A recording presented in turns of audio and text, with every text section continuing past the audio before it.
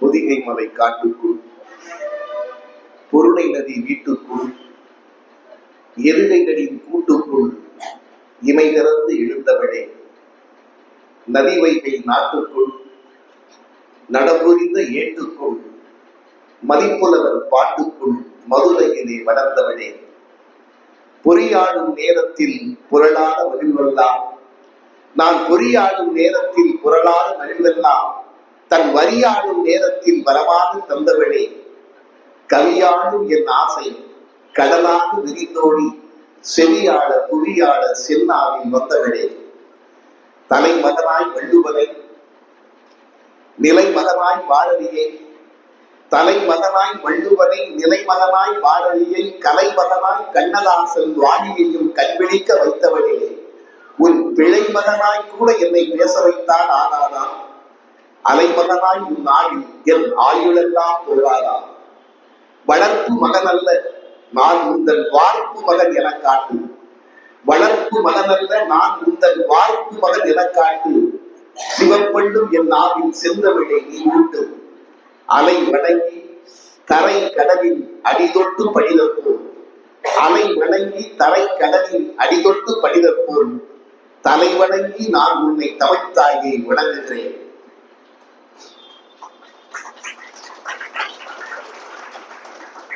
பெருமைக்குரிய திருச்சிராப்பள்ளி தமிழ் சங்கத்தின் 70ஆம் ஆண்டு தொடக்க விழாவும் மற்றும் இரு விழாக்களையும் சேர்த்து 30 விழாவாக நடத்திக் கொண்டிருக்கின்ற இந்த நிகழ்விற்கு தலைமை பொறுப்பினை ஏற்றிருக்கின்ற தமிழ் சங்கத்தினுடைய வணக்கத்திற்குரிய தலைவர் ஐயா முனைவர் அரங்கராசன் அவர்களே,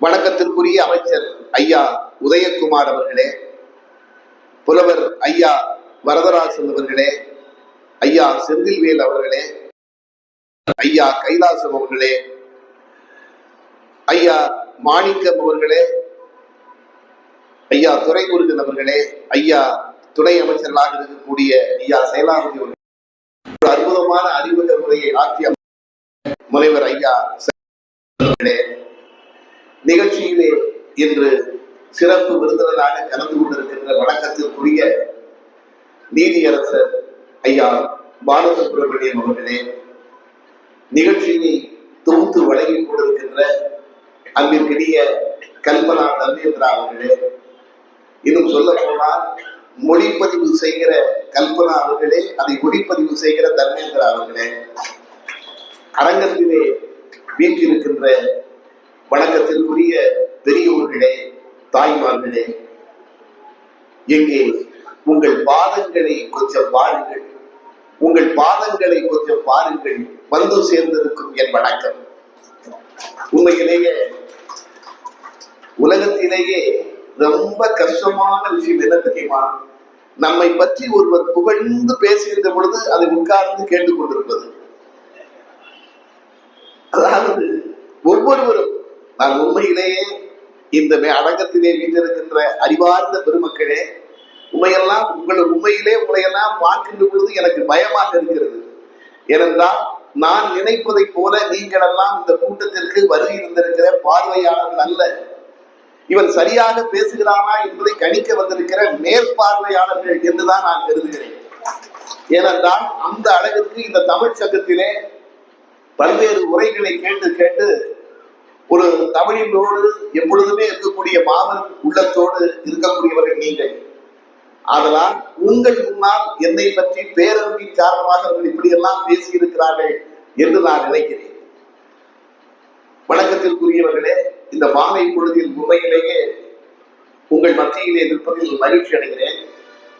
ஐயா உதயகுமார் அவர்கள் சொன்னதை போல என்னோடு அவர்கள் தொடர்பு கொண்ட நாளிலிருந்து தேதிகளை கேட்டார். நேற்றைய தினம் அந்தமான் தமிழ் சங்கத்திலே நிகழ்ச்சி இருந்தது. ஆனால் ஒரு வாரத்திற்கு முன்பாக முதலமைச்சர் அலுவலகத்திலிருந்து வந்த செய்தி, இந்த 2 வாரங்களுக்கு திடீரென்று நீங்கள் அழைக்கப்படுவீர்கள், ஏன் எதற்கு என்று சொல்லவில்லை, திடீரென்று அழைக்கப்படுவீர்கள், தயாராக இருந்து கொள்ளுங்கள் என்று சொன்னார்கள்.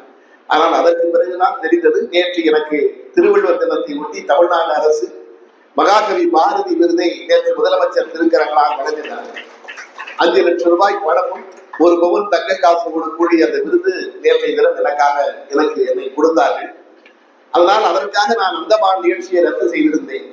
அதனால் 17ஆம் தேதி நிச்சயமாக வந்துவிடுதேன் என்று சொல்லியிருந்தேன். ஆக உங்களை சந்திக்கிற பொழுது எனக்கு நேற்று விருது கிடைத்தது, இன்றும் ஒரு விருது கிடைத்திருக்கிறது என்றுதான் நான் நினைத்துக் கொள்கிறேன். ஏனென்றால் மகாகவி பாரதியின் பெயரில் அமைந்த அந்த விருது என் போன்றவர்கள் எழுதியது உண்டு. பாரதியை பற்றி நான் எல்லாம் எழுதியது உண்டு. பாரதி வாழவே இல்லை என்கிறது பொருளாதாரம். பாரதி வாழவே இல்லை என்கிறது பொருளாதாரம். அவன் சாகவே இல்லை என்கிறது சரித்திரம். அதுதான் பாரதி. காலத்தால் கூட அவன் கவிதைகளை தின்று தீர்க்க முடியாது. காலத்தால் கூட பாரதியின் கவிதைகளை தின்று தீர்க்க முடியாது. காரணம், பாரதி பாடியதே பட்டினியோடு தானே. நினைத்து பாருங்கள். அவன் பிறந்தது டிசம்பர் 11, மறைந்தது செப்டம்பர் 11. பிறந்தது டிசம்பர் 11, மறைந்தது செப்டம்பர் 11. என்ன ஆச்சரியம்! எங்கள் மகாகவி பிறந்த போது மகிழ்ச்சியாலும் அவன் மறைந்த போது மரியாதையாலும் 2 ஆங்கில தேதிகளும் எழுந்து நின்றன இங்கே. 2 ஆங்கில தேதிகளும் எழுந்து நின்றன இங்கே. நிலத்தில் அவன் நெருங்க முடியாத நெருப்பு என்பதால் தான், நிலத்தில் அவன் நெருங்க முடியாத நெருப்பு என்பதால் தான் அவனை அல்லிக்கேணியில் வைத்து அணைக்க பார்த்தான் எவன். அவனை அல்லிக்கேணியில் வைத்து அணைக்க பார்த்தான் எவன் என்றெல்லாம் பாரதியை பற்றி நான் எழுதி மகிழ்ந்ததுண்டு. அப்படிப்பட்ட மகாகவி பாரதி பெயரிலே நேற்று விருது கிடைத்து அந்த மகிழ்ச்சியோடு உங்களை எல்லாம் சந்திப்பதற்கு மறுபடியும் எனக்கு வாய்ப்பு கிடைத்திருக்கிறது நினைக்கின்ற பொழுது மகிழ்ச்சியாக இருக்கிறது. அதிலும் இங்கே வள்ளுவரை பற்றி, திருவள்ளுவர் தினத்தை பற்றி எல்லாம் நிறைய செய்திகளை சொன்னார்கள். நினைத்து பார்க்கிறோம், நமக்கு கிடைத்த, தமிழுக்கு கிடைத்த பொக்கிஷம் திருவள்ளுவர். படிக்க படிக்க, அதாவது ஆச்சரியமாக இருக்கிறது, ஒரு 1.25 அடி குரலில் இப்படியெல்லாம் சொல்ல முடியுமா என்று வியக்க வைக்கிற ஒரு குரட்பாவை நமக்கு தந்திருக்கிறார். ஐயா அவர்கள் அருமையாக ஒன்று சொன்னார்கள், ஒரு செய்தியை சொன்னார்கள். அதை அவர்கள் பாதியிலே முடித்துவிட்டு போனார். அதாவது வாசுப மாணிக்கனார் தான் சொன்னார். திருக்குறளை பற்றி சொல்லுகின்ற பொழுது வாசுப மாணிக்கனார் தான் அவர் சொன்ன அந்த செய்தியை சொன்னார்.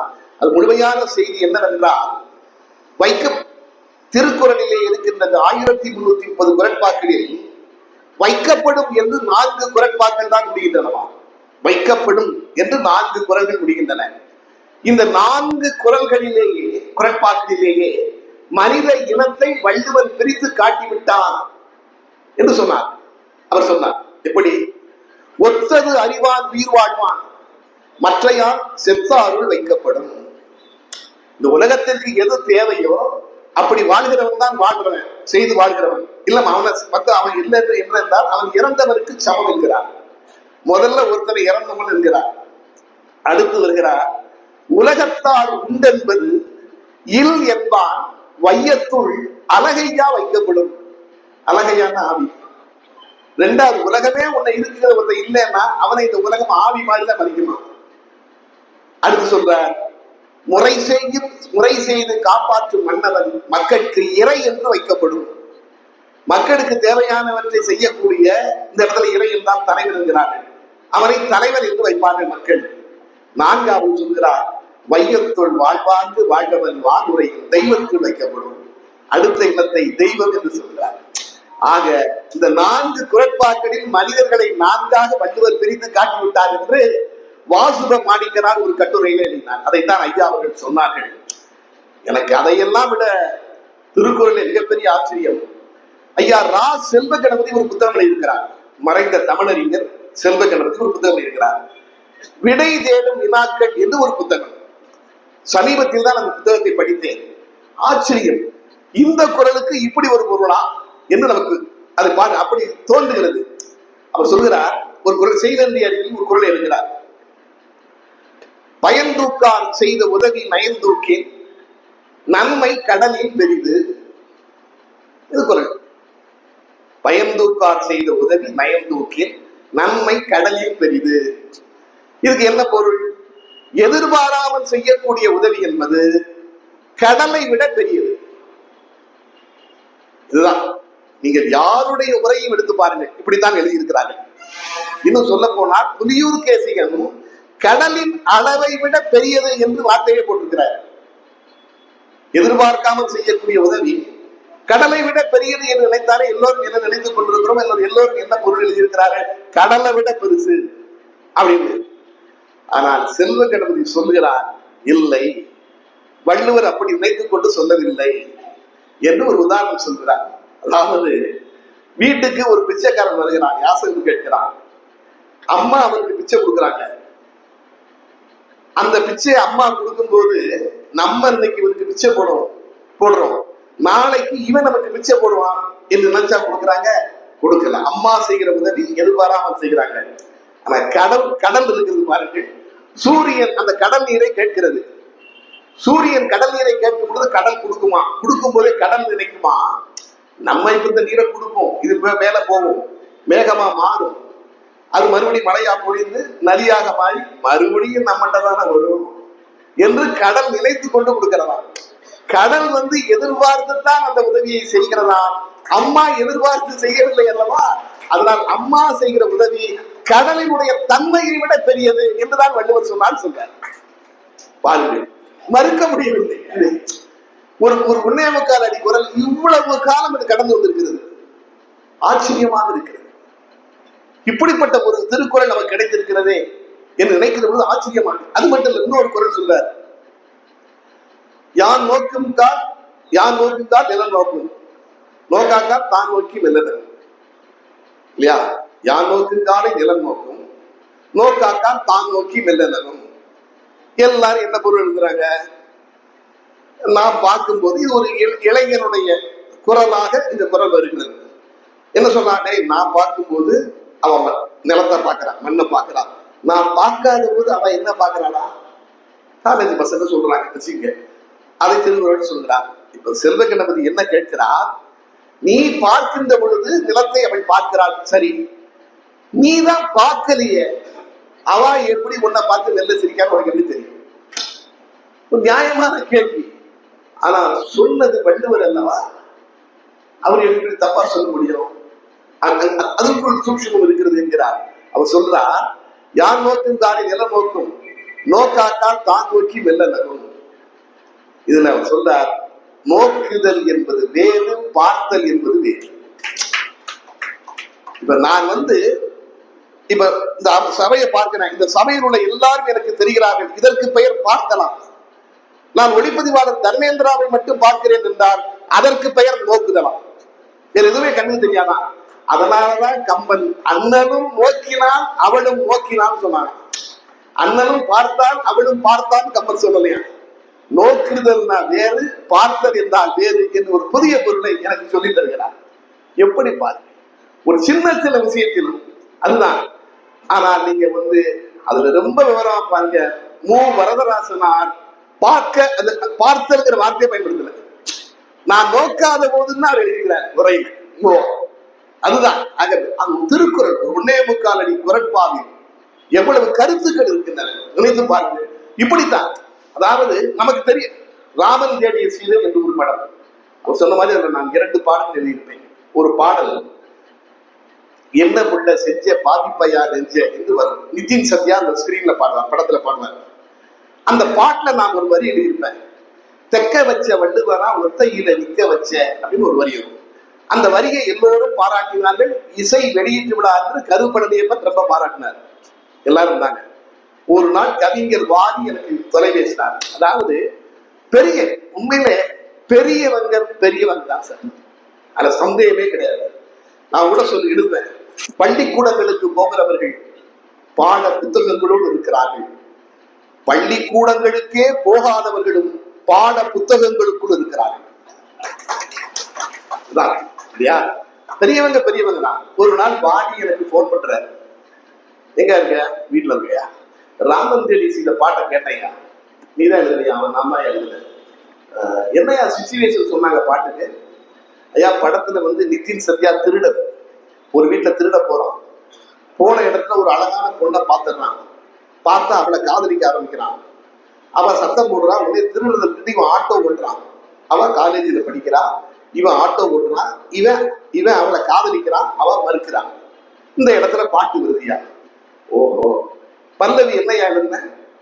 ஐயா, என்ன புள்ள செஞ்ச பாவி பையா நெஞ்ச, பாக்கையில சொக்க வச்ச, பறக்கத்தான் ரெக்க வச்ச, திக்க வச்ச, திணற வச்ச, திசையத்தான் உணர வச்ச, தெக்க வச்ச வள்ளுவனா ஒத்தையில நிக்க வச்ச அப்படின்னு எழுதையா? ஐயா, வள்ளுவனை கொண்டு வந்து அந்த இடத்துல போட்ட அப்படின்னாரு இல்லையா? படத்தினுடைய கதை வந்து கன்னியாகுமரியில நடக்கு, படமே அப்படித்தான். அதனால மியூசிக் டைரக்டர் வித்யாசாகர் என்ன சொன்னார்னா, கன்னியாகுமரியில இருக்கிற அந்த மாவட்டத்தில் இருக்கிற 2 மேட்டர் நீங்க பாட்டுல சொல்லணும்னு சொன்னாரு. அதனால நான் சரணத்துல என்ன சொன்னேன், உன்னை பார்த்த வேலை உடம்பு செங்கச்சூட திருப்பரப்பு அருவியா நீயே வந்தாயே அப்படின்னு எழுதினேன். பல்லவியில வள்ளுவன் தனியா நிக்கிற மாதிரி நீயே நீ தனியா நிறுத்தியமா வாழ்க்கையில, தெக்க வச்ச வள்ளுவனா வந்து நிக்க வச்சு எழுதினையாங்க. நல்லா இருக்கியா? இதுவரைக்கும் காதல்ல தோத்தவங்க யாருமே இப்படி சொல்லல, தனிமரமா நிக்கிறோம் சொல்லியிருக்கோம், நீ புதுசா சொல்லியிருக்க. ஆனா ஒரு விஷயத்த மறந்துட்டே நான் என்னையான்னு, வள்ளுவன் தனியா நின்னா கூட குமரியில தானையா நிக்கிறாங்க. அவன் நிக்கிறதே குமரி தானையா, அப்புறம் எப்படியா தனியா வரும்னு சிந்தனை. அதுதான் அதுதான் அதுதான் மூத்தவர்கள் தான், அதுல மாற்றுக்கிறதே கிடையாது.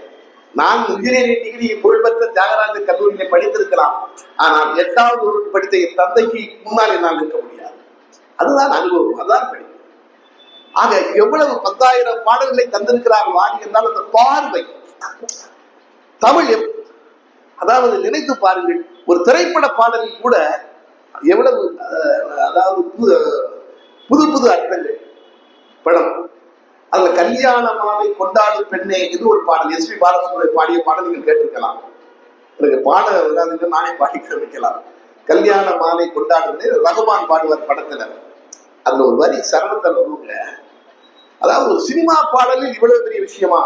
ஏன்னா நீங்க அந்த பாடலை கேளுங்க, தமிழ் சினிமா பாடல்களிலேயே எனக்கு தெரிந்து பாடலாசிரியருடைய பெயரை பாட்டிலே சொல்வதே இல்லை. ஆனால் இந்த பாடலை மட்டும் இடையிலே பாட்டை நிறுத்திவிட்டு சபாஸ் வாலி என்று எஸ்பிபி சொல்லுவார். ஏனென்றால் அந்த பாட்டில் அவர் செஞ்ச சூட்சுமம் வாலி செஞ்சது. அதாவது நல்ல மனையாடி நேசம் ஒரு கோடி, அந்த பாட்டில் சரணத்தில் வரும். நல்ல மனையாடி நேசம் ஒரு கோடி, நெஞ்சம் எனும் வீணை பாடுமே தோடி.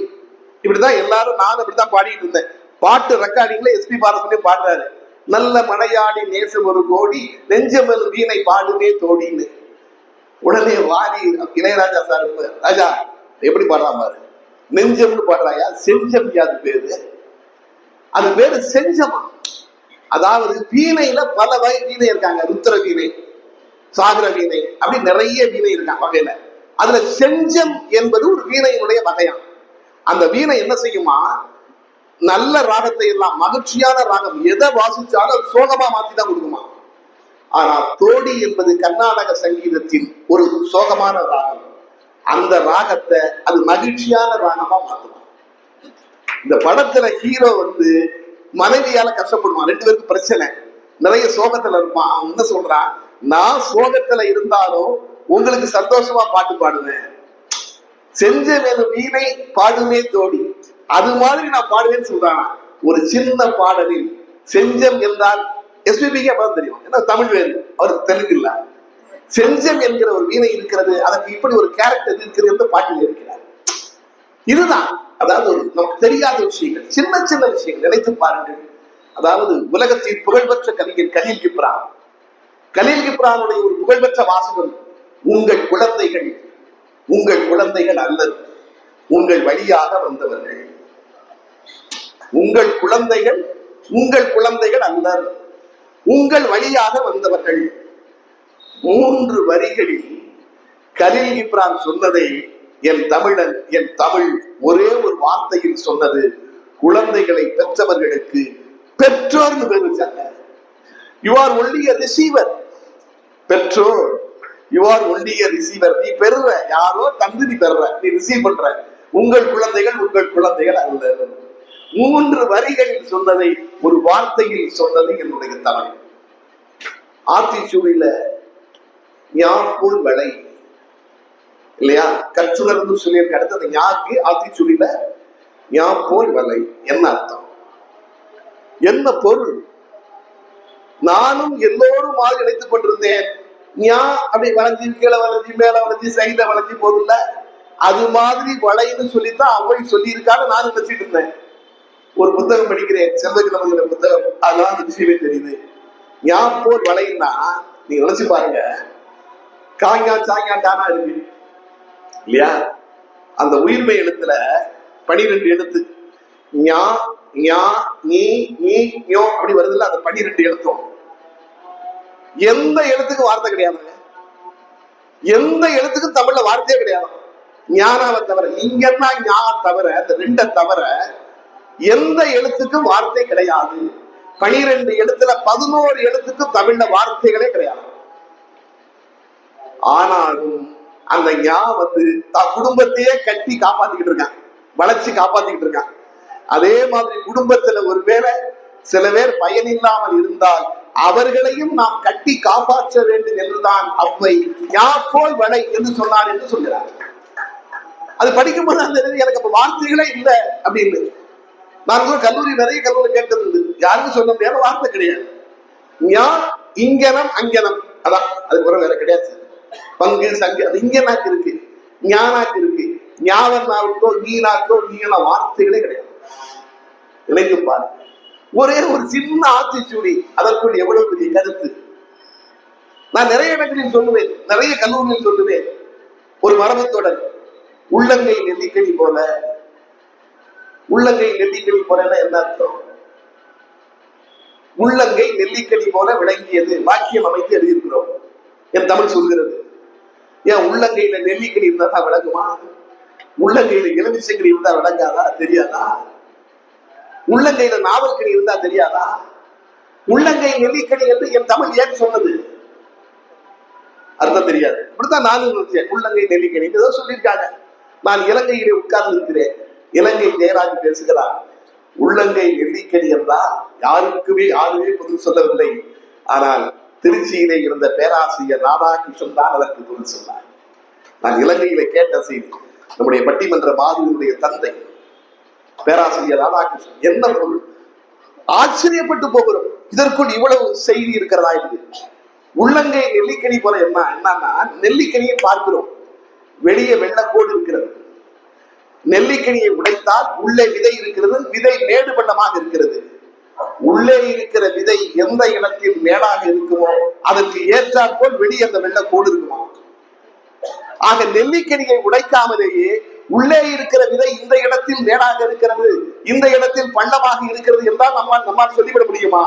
அதை போல ஒரு மனிதனுடைய புறத்தோற்றத்தை வைத்து அகத்தோற்றத்தை சொல்லிவிடலாம் என்றுதான் உள்ளங்கை நெல்லிக்கனி போல என்று தமிழ் சொல்லுது என்று சொன்னார்.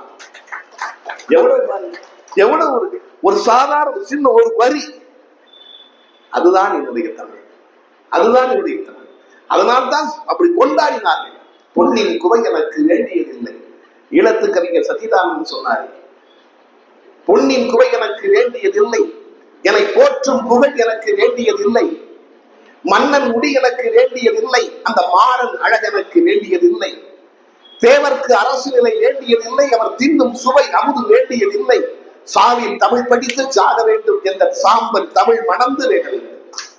அதனால தான் பெற்ற பிள்ளையை ஏன் பெற்றோம் என்றுதான் தாய் என்று வாழ்ந்து போனார். கண்ணதாசன் சொன்னார், தான் பெற்ற பிள்ளையை ஏன் பெற்றோம் என்றுதான் தாய் என்று மாண்டு போனார்.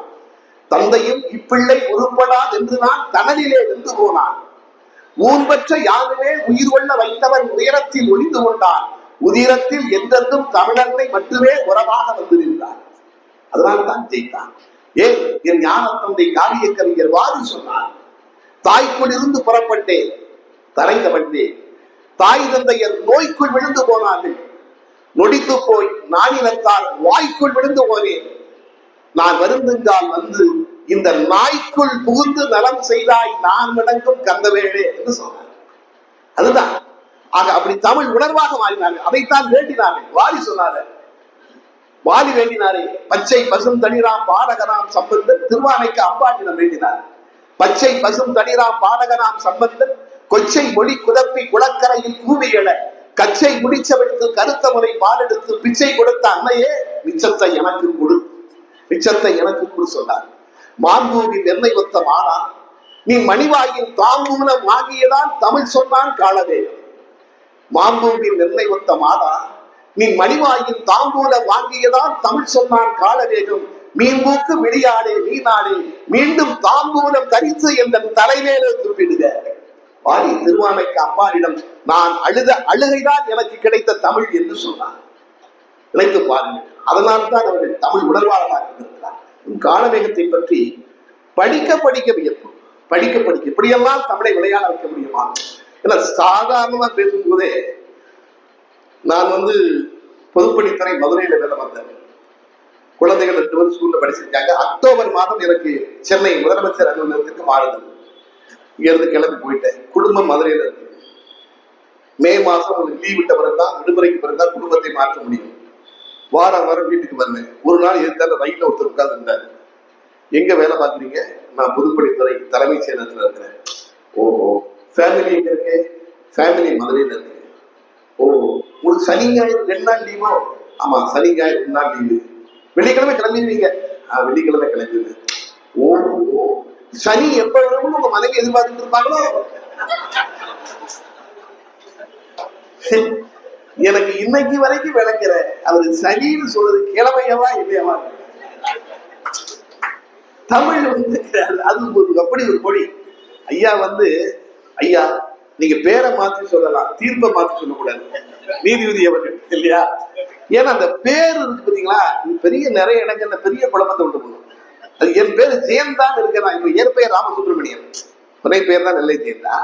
ஜெயந்தாங்கிற பேரை நிறைய பேர் பெண்ணுன்னு நினைச்சுக்குவாங்க. ஒரு முறை கோம்பை ஒரு பட்டிமன்றம் பேசுறதுக்காக போனோம்.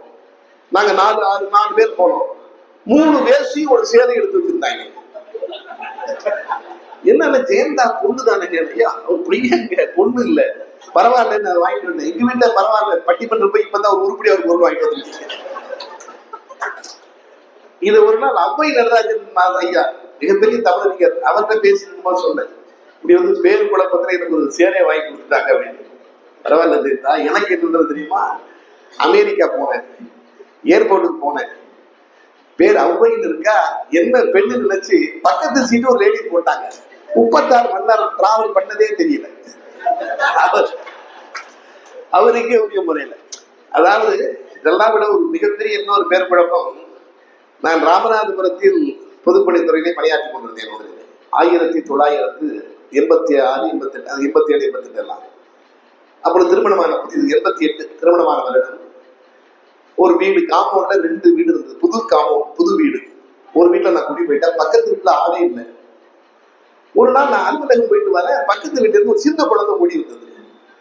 அந்த குழந்தை அப்பதான் என்னை பாக்குது. பட் என்னை ரொம்ப நாள் பார்த்த மாதிரி அங்கு அப்படி பேசிட்டு இருந்தேன். என் பேர் சுமதி, நாங்க இந்த வீட்டுக்கு குடி வந்திருக்காங்க, எங்க அப்படியே அப்பாங்க வேலை எல்லாரும் சொல்லுது.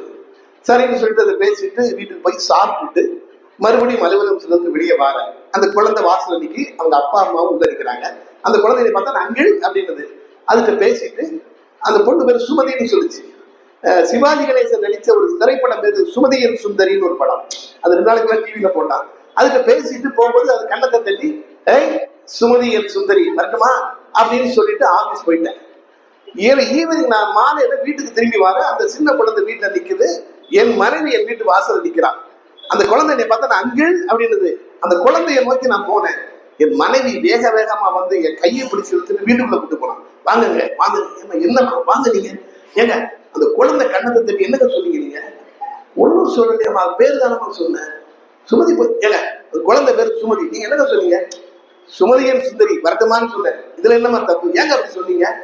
ஒரு சிவாஜி நடிச்ச படம் பேருமா, ஒரு ரைமிங்கா இருக்கணும்னு சொல்லிட்டு போனேன். சுமதியின் சுந்தரி சொன்னா என்ன தப்பு? ஏங்க அவங்க அம்மா பேரு சுந்தரி. ஆங்க நான் சொல்லிட்டு போனாலும் அந்த அம்மா என் மிஸ்ஸஸ் சொல்லியிருக்காங்க, என் பேரு சுந்தரி சாருக்கு தெரியாது, ஆனா சுமதியின் சுந்தரி போயிட்டு வாரிட்டு சென்று போறாரு. பெயர் குழப்பத்துக்காக சொன்னேன் ஐயா. ஐயா அதுவும் நந்தலாலா என்று சொன்னார். உண்மையிலே இந்த மண்ணிலே மகத்தான மனிதன் மறைந்த நந்தலாலா நானும் அவரும் எத்தனையோ நாட்கள் ஒன்றாக பேசியிருக்கிறோம். நான் ஓசூர்ல மருத்துவமனையில் பெங்களூருடைய பாடம் ஓசூர் கடித்து பெங்களூர்ல அனுமதிக்கப்பட்ட போது நான் போய் பார்த்தேன். உண்மையிலேயே அவ்வளவு கருத்துக்களை நகைச்சுவாக இருக்க உயர்ந்த கருத்துக்கள். ஒரு முறை அவர்கள் கயத்தாரிலே ஒரு பட்டிமன்றம் இன்றும் நிலைவிலே இருக்கிறது. லியோனி அவர்கள் வளர்ந்து கொண்டிருக்கிற நேரம், கூட்டமே இல்லை. நந்தலாலாவுக்கு ரொம்ப கோபம் வந்துருச்சு. என்ன பட்டிமன்றத்துக்கு கூட்டமே வரலைன்னு அவர் சொன்னார், உங்களுக்கு தெரியும், கயத்தாரி என்பது கட்டபொம்மனை தூக்கிலே போட்ட இடம். அவர் நந்தலாலா மைக்கிட்ட அவர் சொன்னாரு, திருநெல்வேலி மாவட்டத்தில் எத்தனையோ ஊர்கள் இருந்த பிறகு கட்டபொம்மனை இந்த ஊரில் கொண்டு வந்து ஏன் தூக்கிலே போட்டார்கள் என்று இன்றுதான் தெரிகிறது. இந்த ஊரில் என்ன நடந்தாலும் கேட்பதற்கு யாரும் வரமாட்டீர்கள் கூறியிருக்கிறது. அப்படி ஒரு நகைச்சுவை கருத்துக்கள், உயர்ந்த கருத்துக்கள். உண்மையிலேயே அவர் இழந்தது தமிழுக்கு பேர் இழப்பு. அதனால அவரு பேர்ல என்னை சொன்னது எனக்கு பெருமைதான். ஆக அப்படி தமிழ், அதனால்தான் தமிழ் அது கயத்தார் என்று சொல்லுகிற பொழுதே நான் அங்கேயும் எனக்கு தமிழ் நினைவிற்கு வருகிறது. நான் சொன்னேன் அல்லவா, காலமேக புலவர். அந்த காலமேக புலவர் ஒரு முறை உண்மையிலே ஒரு மகத்தான கவிஞர் காலமேக புலவர். காலமேக புலவர் ஒரு முறை ஒரு சபையினை கேட்டாராம், என்ன சொல்லை வேண்டுமானாலும் கொடுங்கள், என்ன சொல்லை வேண்டுமானாலும் கொடுங்கள், எந்த வார்த்தை வேண்டுமானாலும் கொடுங்கள், அதில் ஆரம்பித்து அது முடிக்கிறேன். ஒருத்தர் எந்திரிச்சு செருப்புன்னு ஆரம்பிச்சு விளக்கு மாடும் முடியினாராம். உயர்ந்த உள்ளம் பாருங்க, செருப்புன்னு ஆரம்பிச்சு விளக்கு மாடும் முடியும். காலமேக புலவர் அற்புதமான வார்த்தைகளை கொடுத்திருக்கிறார் என்று சொல்லி உடனடியாக ஒரு பாடல், நான் தானே கவி காலமேகம் என்று பெயர், உடனடியாக ஒரு பாடல் பாடுகிறார். அந்த பாடலுடைய பொருள், ஒரு பெண்ணிற்கு முருகன் மீது, அழகன் முருகன், ஆண்டவன் முருகன் மீது ஆசை வருகிறது, அவனை ஆழ தழுவ வேண்டும் என்று. மலைகளின் அரசன் போர்க்களத்தில் தூந்து எதிரிகளை வீழ்த்திய அந்த அழகனின் மீது எனக்கு ஆசையாக இருக்கிறது ஒரு வண்டிட்ட சொல்றான். தாமரையில் வீட்டிருக்கிற வண்டே, போர்க்களத்தில் புகுந்து வீரர்களை கலக்கக்கூடிய வீரன், மலைகளின் அரசன் முருகனை ஆற தழுவ வேண்டும், என்னுடைய ஆசையை நீ போய் சொத்து, நீ போய் விளக்கு. இதுதான் பொருள். அவர் பாடுறார் பாருங்க, செருப்புன்னு தான் ஆரம்பிக்கிறான். காலமேகம் ஆரம்பிக்கிறார், செருப்புக்கும் வீரர்களை சென்றுளக்கும் வேலன். செருப்புக்கும், செரு என்றால் போர்க்களம், புக்கும் என்றால் புகுதல், செருப்பு வந்து செருப்புக்கும் வீரர்களை சென்றுளக்கும் வேலன், பொறுப்புக்கு நாயகனை புல்ல, மலை மலையின் நாயகன் புல்ல தடுவ, பொறுப்புக்கு நாயகனை புல்ல, மறுப்புக்கு தண்டே பொழிந்த திரு தாமரை மேல் வீட்டிற்கு வண்டே விளக்குமாறே, போய் விளக்கு என்று சொல்லி முடிக்கிறார். என்ன ஒரு திறமை பாருங்கள் காலமேக புலவர். அந்த காலமேக புலவர் ஏனென்றால் என்னுடைய தமிழ் ஒரு பக்தி மொழி, அதுல மாற்று கருத்தே இல்லை. தமிழ் ஒரு பக்தி மொழி என்பதில் மாற்று கருத்தே இல்லை. ஏனென்றால் தமிழினுடைய வரலாறு என்று மறைமலை அடிகள் 20 நூற்றாண்டுகளுக்கு பட்டியலிடலாம். தமிழ் எப்படியெல்லாம் வளர்ந்திருக்கிறது என்று 20, அதில் பெரும்பாலும் எல்லாமே பக்திமயம்தான். 1ஆம் நூற்றாண்டில் தொல்காப்பியம், 2ஆம் நூற்றாண்டில் சங்க இலக்கியங்கள், 3ஆம் நூற்றாண்டில் திருவாசகம். இந்த நூற்றாண்டில் வித்தியாசம் இருக்கிறது என்று சில தமிழறிஞர்கள் சொல்கிறார்கள். ஒரு பக்கம் இருந்தாலும் மறைமலை அடிகள் கொடுத்த பட்டியல் இது. 1ஆம் நூற்றாண்டில் தொல்காப்பியம், 2ஆம் நூற்றாண்டில் சங்க இலக்கியங்கள், 3ஆம் நூற்றாண்டில் திருவாசகம், 4ஆம் நூற்றாண்டில் ஆசாரக்கோவை, 5ஆம் நூற்றாண்டில் பெருங்கதை, 6ஆம் நூற்றாண்டில் கல்லாடம், 7, 8 நூற்றாண்டுகளில் தேவார பாடல்கள், 9ஆம் நூற்றாண்டில் ஆழ்வாரடிகளின் பக்தி பாசுரங்கள், 10ஆம் நூற்றாண்டில் சீவக சிந்தாமணி, 11ஆம் நூற்றாண்டில் பெரிய புராணம், 12ஆம் நூற்றாண்டில் முற்பகுதியில் கந்த புராணம், பிற்பகுதியில் கம்பராமாயணம், 13ஆம் நூற்றாண்டில் சிவஞான போதம், 14ஆம் நூற்றாண்டில் தலபுராணங்கள், 15ஆம் நூற்றாண்டில் வில்லிபுத்தூரார் பாரதம், 16ஆம் நூற்றாண்டில் திருவிளையாடல் புராணம், 17ஆம் நூற்றாண்டில் தேம்பாவணி சீரா புராணம், 18ஆம் நூற்றாண்டில் தாயுமானவர் பாடல்கள், 19ஆம் நூற்றாண்டில் வள்ளலார் பாடல்கள், 20ஆம் நூற்றாண்டில் மகாகவி பாரதி பாடல்கள் என்று 20 நூற்றாண்டு வரலாறு தமிழுக்குத்தான் இருக்கிறது என்று சொன்னவர் மறைந்தேன். இந்த பட்டியலை பார்த்தாலே தெரியும் தமிழ் ஒரு பக்தி மொழி என்று. அந்த தமிழை வைத்துக் கொண்டு வாழ்ந்த காலமேகம் ஒரு நாள் திருநெல்வேலியிலிருந்து தான் வாழ்ந்த ஸ்ரீரங்கத்தை நோக்கி நடந்து வருகிறார். அந்த கயத்தார் பக்கம் வருகின்ற பொழுது நான் சொல்லுகிற இந்த செய்தி நான் ரசித்த வர்ணனைகள் என்கிற புத்தகத்தில் கவியரசர் கண்ணதாசன் பதிவு செய்திருக்கிறார். இந்த செய்தியை திருநெல்வேலியில இருந்து வரார். கோயில் கட்டிக்கிட்ட வரும்போது ரொம்ப பசி, கால நேரத்துக்கு ஊரை பாக்குறாரு. ஊருக்குள்ள ஏதோ திருவிழா நடக்குது, உள்ள போறாரு. இவர் உள்ள போற நேரம் சப்பரம் தூக்குறாங்க. இவர் நல்ல வாட்ட சட்டமா இருப்பாரு, குட்டையா வாட்ட சட்டமா இருப்பாரு, ஒரு 15ஆம் நூற்றாண்டை சார்ந்தவர். டக்குன்னு சப்பரம் தூக்குன உடனே பாபா நீ சப்பரத்தை தூக்கு அப்படின்னு அவரையும் சப்பரம் தூக்கி வைக்கிறாங்க. சப்பரம் கயத்தாறு ஊரை சுத்தி வருது. வந்து இறக்கிட்டு எல்லாருக்கும் சாப்பிடுவதற்கு அந்த பெருமாள் கோயிலில் உண்டை கட்டி கொடுக்குறாங்க. ஆனால் இவருக்கு கொடுக்கவில்லை. ஏற்கனவே பசி வேற, சப்பரத்தை வேற தூக்க வச்சுட்டாங்க. கோவம் வந்துருச்சு. அங்கங்க அவருக்கு சாப்பாடு கொடுத்து கோவம் வந்துருச்சு.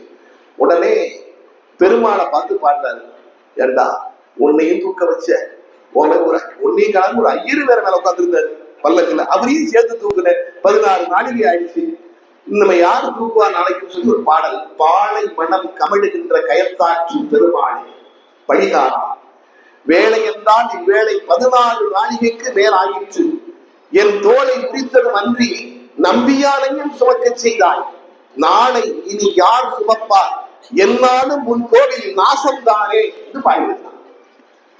கண்ணதாசன் எழுதுகிறார், காலவேகம் அப்படி பெருமாளுக்கு சாபம் கொடுத்த பிறகு அதற்கு பிறகு அந்த ஊரில் யார் நினைத்தாலும் திருவிழாவை நடத்த முடியவில்லையா? திருவிழான்னு ஆரம்பிச்சாலே சண்டை வந்துருதான் ஊர்ல. இது கண்ணதாசன் பதிவு செய்திருக்கிறார். எனக்கு திருநெல்வேலி ஒரு நாள் கயத்தார் ஊருக்கே போனேன். இது உண்மையா? என்ன நடந்திருக்கிறது என்றால் உண்மைதான். காலவேக புலவர் சாபம் கொடுத்த பிறகு இந்த கயத்தாறு பெருமாளுக்கு யாருமே திருவிழா நடத்த முடியவில்லையா? அதற்கு பிறகு ஊர்க்காரர்கள் கூடி முடிவு செய்து கோயிலுக்கு முன்னால் காலவேக புலவருக்கு ஒரு சிலை வைத்திருக்கிறார்கள். ஐயா முதல்ல உனக்கு மரியாதை செய்யற ஐயா, உன் சாபத்திலிருந்து எங்க பெருமாளுக்கு விடுதலை கொடு என்று வேண்டிக் கொண்ட பிறகுதான், ஒவ்வொரு முறையும் முதல் மரியாதை காலவேகத்திற்கு செய்த பிறகுதான் இப்பொழுது கயத்தாறு பெருமான் கோவிலில் திருவிழா நடத்த முடிகிறது என்று ஊருக்காரர்களே சொல்கிறார்கள். நினைத்து பாருங்கள், இறைவனையே கேள்வி இருக்கக்கூடிய மொழியாக என்னுடைய தமிழ் இருந்திருக்கிறது. ஆக பாடுற கவிஞர் அப்படின்னு அது ரொம்ப முக்கியம். எந்த கவிஞர் பாடாம படிக்கும், அது படிக்காது. படைப்பாளியும் அப்படி இருக்க வேண்டும். அதுதான், அதைத்தான் சொல்கிறேன். அப்படிப்பட்ட ஒரு மொழியாக நம்முடைய தமிழ் மொழி இருந்திருக்கிறது. அதைத்தான் நாம் கொண்டாடி கொண்டிருக்கிறோம். படைப்பாளி எப்படி இருக்க வேண்டும்? அதாவது மகாகவி பாரதியை பற்றி சொல்லுகின்ற பொழுது சொல்வார்கள், ஒரு சம்பவத்தை சொல்வார்கள்.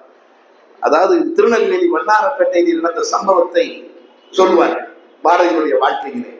அங்கே திருநெல்வேலி வண்ணாரப்பேட்டையில் டாக்டர் சஞ்சீவி என்ற மருத்துவர், ஒரு வசிய மருத்துவர் இருக்கிறார். டாக்டர் சஞ்சீவி அவர் வீட்டில் ஒரு நாள் எல்லோரும் சுதந்திர போராட்டத்தில் சம்பந்தப்பட்ட ஆட்கள் எல்லோரும் கூடியிருக்கிறார்கள். அப்பொழுது அவர்கள் பேசிக் கொண்டிருக்கிற பொழுது மகாகவி பாரதி உள்ளே வந்திருக்கிறார். நான் சொல்கிற செய்தியை வாரா பதிவு செய்திருக்கிறார். அதை சின்ன குத்தொகை இன்னொரு புத்தகத்திலே எடுத்து போட்டிருக்கிறார். இந்த புத்தகம் ஆனந்தவிடம் வெளியிட்ட புத்தகம், நான் சொல்லக்கூடிய புத்தகம். இப்படியும் சில இங்கேயும் சில மனிதர்கள் பாரதி உள்ள வந்திருக்கிறார். உள்ள வந்த உடனே டாக்டர் சஞ்சீவி என்ன சொல்லியிருக்கிறார், ஒரு பாட்டு பாடல்களில் பாரதி சொல்லியிருக்கிறார். பாரதி பாடியிருக்கிறார், ஜெயம் உண்டு பயமில்லை மனமே என்கிற பாடலை பாரதி பாடுறார். அதை பல ராகத்துல பாரதி பாடுகிறார். பாடின உடனே டாக்டர் சஞ்சீவி வீட்டுக்குள்ள போய் ஒரு 10 ரூபாயை எடுத்துக்கொண்டு வந்து பாரதி கையில கொடுக்கிறார். கொடுத்த உடனே பாரதி அந்த ரூபாயை வாங்கவில்லை, அப்படியே சஞ்சீவியை பார்க்கிறார். அவர் 10 ரூபாய் அப்படி வச்சு நிற்கிறார்.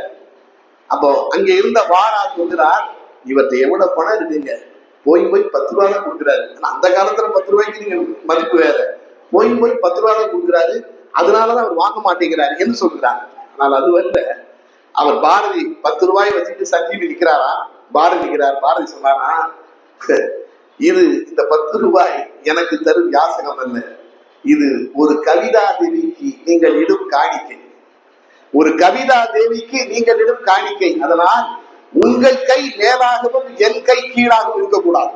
அங்கதான் பாரதி சொன்னார், உங்கள் கை மேலாகவும் என் கை கீழாகவும் இருக்கக்கூடாது. 10 ரூபாயை உங்கள் கையில் நீங்கள் வைத்துக் கொள்ளுங்கள், நான் எடுத்துக்கொள்கிறேன் என்று பாரதி இருந்தாராம். எடுத்துட்டு வெளியே போகிறார். அப்படி டாக்டர் சஞ்சீவி சொன்னாராம், என்னை வசிய மருத்துவர் என்று எல்லோரும் சொல்கிறார்கள், ஆனால் பாரதியினுடைய கவிதைகளிலே நான் வசியப்பட்டு விடுகிறேன். எப்படி பாரதியினுடைய கவிதையில் மட்டும் இவ்வளவு பெரிய வசியம் இருக்கிறது என்று தெரியவில்லையே என்று சொல்கிறார். சொல்லிக் கொண்டிருக்கிற பொழுது உள்ளே 4-5 பேர் உள்ளே வருகிறார்கள். வந்தவர்கள் சொன்னார்களாம், வந்தவரிடம் டாக்டர் சஞ்சீவி என்ன எப்ப வந்தீங்க, சாப்பிட்டீங்களா என்று கேட்கிறார். இப்பொழுதுதான் ஒரு அன்பர் எங்கள் எல்லோருக்கும் சாப்பாடு வாங்கி கொடுத்தார். என்று சொல்லிக் கொண்டிருக்கிற பொழுதே பாரதி உள்ளே வந்து விடுகிறார். இதோ இவர் தான் நீங்கள் எல்லோருக்கும் சாப்பாடு வாங்கி கொடுத்தார் என்று வந்தவர்கள் சொல்கிறார்கள். அங்கே இருந்த வழக்கறிஞர் வேதநாயகம் பிள்ளை, மாயூர வேதநாயகம் பிள்ளை அல்ல, அங்கே இருந்த வழக்கறிஞர் வேதநாயகம் பிள்ளை அப்பொழுது சஞ்சீவியை பார்த்துவிட்டு பாரதியை பார்க்கிறார். பாரதியுடைய கோட்டு கிழிந்திருக்கிறது, பாரதியுடைய கோட்டு கிழிந்திருக்கிறது. அப்பொழுது சஞ்சீவி சொன்னாராம், இதுதான் பாரதியுடைய கவிதையிலே இருந்த வசியம். தனக்கு கிடைத்த 10 ரூபாயை கூட தனக்கு வேண்டும் என்று நினைக்காமல் மற்றவர்களுக்கெல்லாம் சாப்பாடு வாங்கி கொடுத்து விட்டு வருகிறாரே, இதுதான் இவருடைய கவிதையில் கூட இருக்கிற வசியம் என்று அந்த இடத்திலே அவர் சொன்னார், வேதநாயகத்திலே சொன்னார் என்று பதிவு செய்கிறார்கள். அப்பொழுதுதான் பாரதி சொன்னானா, உள்ளத்தில் உண்மை ஒளி உண்டாயின் வாக்கிலே உண்டான், உள்ளத்தில் உண்மை ஒளி உண்டாயின் வாக்கினில் உண்டான். அதனாலதான் பாட்டு, அதனாலதான் இன்று அவர்கள் வாழ்ந்து கொண்டிருக்கிறார். நினைத்து பாருங்க, அந்த படைப்பாளி அப்படி இருந்தார். அதாவது தனக்கென்று அவருக்கு ஞானச்சேர்க்கை இருந்தது, அது வேறு. கவிஞர்களுக்கு அது எப்பொழுதுமே இருக்கும். ஏன்னா தமிழின் வரலாறு என்பதே தமிழ் கவிதையின் வரலாறு தான். நீங்க பாரதி அதான் சொன்னார், வான் புகழ் பிழைத்த தமிழினை புகழில் ஏற்றும் கவியரசர் தமிழ்நாட்டுக்கு இல்லையின் வசை என்னால் கழிந்தது என்று. தமிழ்நாட்டுக்கு கவியரசர் இல்லைங்கிற வசை என்னாலதான் போச்சு. பாரதி எல்லாரும் பாடி இருக்கிறார்கள் இல்லையா? சுரதா சொன்னார், சந்தனப்பூ பைந்தளையை தேனில் தோய்த்து, சந்தனப்பூ பைந்தளையை தேனில் தோய்த்து தன் குட்டியிடம் கொடுத்து தின்னச் சொல்லும் அந்தி நிலா பிறை கொம்பு ஆணை கூட்ட மலைகின்ற முதிரமலை வேந்தே கேட்பீர், சொந்த அறிவோடு எதையும் சொல்வதுதான் என் வழக்கம், திருட மாட்டேன், செந்தமிழின் ஆண் வடிவம் என்றே என்னை செருக்கோடு நான் சொல்லிக் கொடுத்தேன். தன்னை ஒரு தமிழினுடைய ஆண் வடிவம் என்று சொல்லதா சொன்னார். காவியத்தாயின் இளைய மகன், கண்ணதாசன் சொன்னார் இல்லையா, காவியத்தாயின் இளைய மகன், காதல் பெண்களின் பெருந்தலைவன், வாமர ஜாதியில் தனி மனிதன், படைப்பதனால் இருப்பேன் இறைவன், மானிட இனத்தை ஆட்டி வைப்பேன், அவர் மாண்டு விட்டார் அதை பாடி வைப்பேன், நான் நிரந்தர மாணவன் அழிவதில்லை, எந்த நிலையிலும் எனக்கு மரணம் இல்லை. வைரமுத்து சொன்னார், அந்தியிலே பூப்பதெல்லாம் அல்லிப்பூவா, ஆடியிலே கிடைப்பதெல்லாம் அழகு முத்தா, சந்தையிலே விற்பதெல்லாம் தேனை போல தனி இனிப்பை தருகின்ற சரக்கா, இல்லை சந்தியிலே தவித்த தமிழ்மொழியை சரஞ்சனமாய் பாடி இங்கே தமிழை காத்த செந்தமிழன் பாரதியை போல தேன் அமுத பாவலன் யார், என்னை விட்டார் என்றார் வைரமுத்து. இவர்களெல்லாம் கவிதைகளில் சொன்னதை கவிஞர் காமராசன் வசனமாய் சொன்னார். தமிழ் இலக்கியத்தில் என் பெயர் இடம்பெற வேண்டும் என்பதற்காக நான் எழுதுவதில்லை. காமராசன் சொன்னார், தமிழ் இலக்கியத்தில் என் பெயர் இடம்பெற வேண்டும் என்பதற்காக நான் எழுதுவதில்லை, உலக இலக்கியத்தில் தமிழின் பெயர் இடம்பெற வேண்டும் என்பதற்காகவே நான் எழுதுகிறேன். இந்த ஞான செருக்கு என்பது இவர்களுக்கு இருந்தது. அந்த ஞான செருக்கு இருந்தாலும் அதற்கு ஆனால் அதை கண்டுகொள்ளாத இந்த உலகம் அவரை மதித்தது. ஏனென்றால் கவிஞர்கள் அப்படித்தான், வேறு எந்த ஒரு படைப்பாளிக்கும் அப்படி இருக்க முடியாது என்பது உண்மை. அப்படி இவர்களுக்கு மட்டும் அப்படிப்பட்ட செருக்கு இருந்தது. அதனால்தான் அவர்களை இன்னும் நாம் கொண்டாடி கொண்டிருக்கிறோம். இங்கே ஐயா அவர்கள் சின்ன அண்ணாமலையை பற்றி சொன்னார், சின்ன அண்ணாமலையை பற்றி சொன்னார். அதாவது நினைத்து பார்க்கிறோம், இந்த தமிழ் அறிஞர்களை ஒரு மேடையிலே பேசும்போது கூட தமிழை எப்படியெல்லாம் விளையாட வைக்க முடியும் என்று காட்டி அவ்வளவு நகைச்சுவையாக பேசியவர். அவர் வாழ்க்கையிலே நடந்த ஒரு சம்பவத்தை நினைத்து பார்த்தால் அவ்வளவு ஆச்சரியமாக இருக்கும். மகாத்மா காந்தி மறைந்து 30 நாட்களும் சென்னையிலே இருக்கிற தக்கர் பாபா வித்யாலயத்தில் பிரார்த்தனை கூட்டம் நடந்திருக்கிறது. 30வது நாள் பிரார்த்தனை கூட்டத்திற்கு போனவர்கள் சின்ன அண்ணாமலையும் கலைவாணர் NS கிருஷ்ணன், 2 பேரும் ஒரே காரணம் போறாங்க. போகும்போது கலைவாணர் NS கிருஷ்ணன் புகழின் உச்சியிலே இருந்த நேரம் இல்லையா, கலைவாணரை பற்றியே பேசலாம். தப்பியே பிறந்த நெஞ்சம், கண்ணதாசன் சொல்வார், தப்பியே பிறந்த நெஞ்சம், தாய் நெஞ்சம், பிள்ளை நெஞ்சம், செப்பரும் கொடையின் நெஞ்சம், தேனிலே தோய்ந்த நெஞ்சம், ஒப்பிலா மணியால் எங்கள் புயல் கலைவாணர் கொண்ட நெஞ்சம், இப்புவி உடனால் மட்டும் இனி பிறர் காணா நெஞ்சம். கலைவாணரை பார்த்துத்தான் கொடுக்கிற எண்ணமே எம்ஜிஆர் தனக்கு வந்தது என்று சொன்னார். கலைவாணரை பார்த்துத்தான் எம்ஜிஆருக்கே அந்த எண்ணம் வந்தது. அந்த கலைவாணரும் சின்ன அண்ணாமலை காரணம் போறாங்க. போகும்போது கலைவாணர் சின்ன அண்ணாமலை சொன்னாரா, கூட்டத்துல இன்னைக்கு முதல்ல நான் பேசிட்டேமா அண்ணாமலை அப்படின்னு, பேசுங்க, நான் கடைசிட்டு நான் பேசுறேன் அப்படின்னா. உடனே கலைவாணர் சொன்னாரா, முதல்ல நான் பேசி 2வது நீங்க பேசுறதா? நான் பேசின உடனே பேச்சு முடிஞ்சோன்னா எல்லாரும் எந்திரிச்சு போயிட மாட்டாங்க. உங்க பேச்சை கேட்கறதுக்கு எப்படி ஆள் கேட்டிருப்பாங்க, நீங்க வெறும் நாற்காலியை பார்த்தா பேசணும் என்று கலைவாணன் சொல்கிறார். சின்ன அண்ணாமலை சொன்னாரா, இல்லையே ஏன் பேச்சை கேட்கறதுக்கு ஆள் கேட்டிருப்பாங்க. அப்படியா, பந்தயம் கட்டுமா என்று கலைவாணர் கேட்கிறார். பந்தயம் கட்டலாம். கலைவாணர் 1000 ரூபாய் பந்தயம். நான் பேசின அப்புறம் நீங்க இந்த ஆடியன்ஸ் எல்லாம் அப்படியே உட்கார வச்சு பேசிட்டீங்கன்னா 1000 ரூபாய் நான் தர்றேன். அவர் அன்னைக்கு 1000 ரூபாய்க்கு டீ நகரே வாங்கிடலாம்.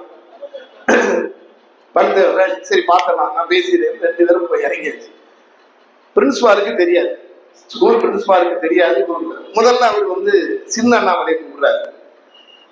சின்ன அண்ணாமலை இல்ல கலைவாணர் நான் முதல்ல பேசியதுன்னு சொல்லி அவர் பேசுகிறார். கலைவாணர் பேசினார். சிறப்பாக பேசி முடிச்ச உடனே பேச்ச முடிக்கும் போதே சின்ன அண்ணாமலை வேகமா சீட்ல இருந்து மைக்கு பக்கத்துல சங்கநாதம் கேட்குது, சாந்த காந்தி சத்தியத்தின் சங்கநாதம் கேட்குது, சங்கநாதம் கேட்குதுன்னு பாடிட்டார்.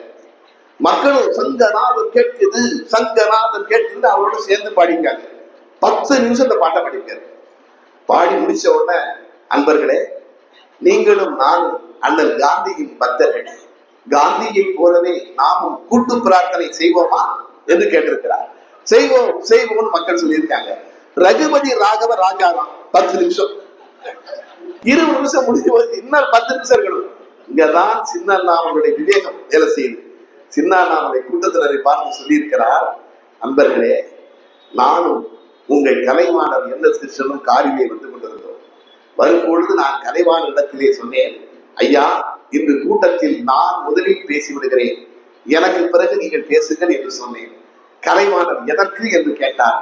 இல்லை ஐயா, நீங்கள் முதலிலே பேசினால் உங்கள் பேச்சை கேட்டவுடன் ஆட்கள் போய்விடுவார்கள், நான் வெறும் நாற்காலியை பார்த்துத்தான் பேச வேண்டும் என்று அவரிடம் சொன்னேன்.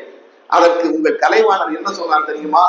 அண்ணாமலை, இந்த கூட்டத்திற்கு வருகிற எல்லோரும் உங்களுக்காகவோ எனக்காகவோ வரவில்லை, எல்லோரும் காந்திக்காக வருகிறார்கள்.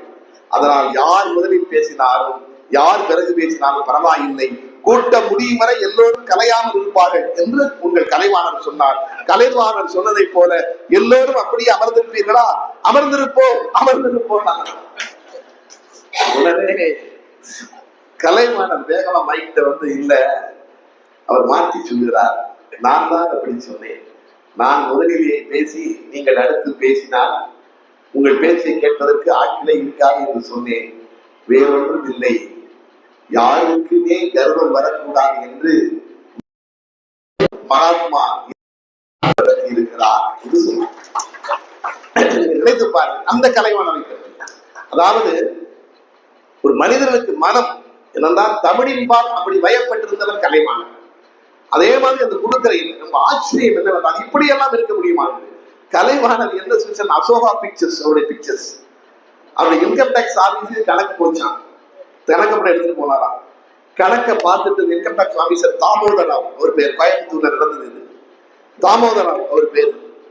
அவர் கணக்கை பார்த்துட்டு என்னையா கணக்கு எழுதி வச்சிருக்கிற, உதயகுமார் அப்படி பேர் போட்டு ஒரு 100 ரூபாய், எவ்வளவு 4 பேர் வச்சுக்கிறேன், ஒரு 5-6 பேரை போட்டு 100 ரூபாய், இவருக்கு 200 ரூபாய், இவருக்கு 300 ரூபாய், 50 ரூபாய், இது என்ன கணக்கு? இந்த கணக்கெல்லாம் அக்செப்ட் பண்ண முடியாது அப்படின்னாராம்.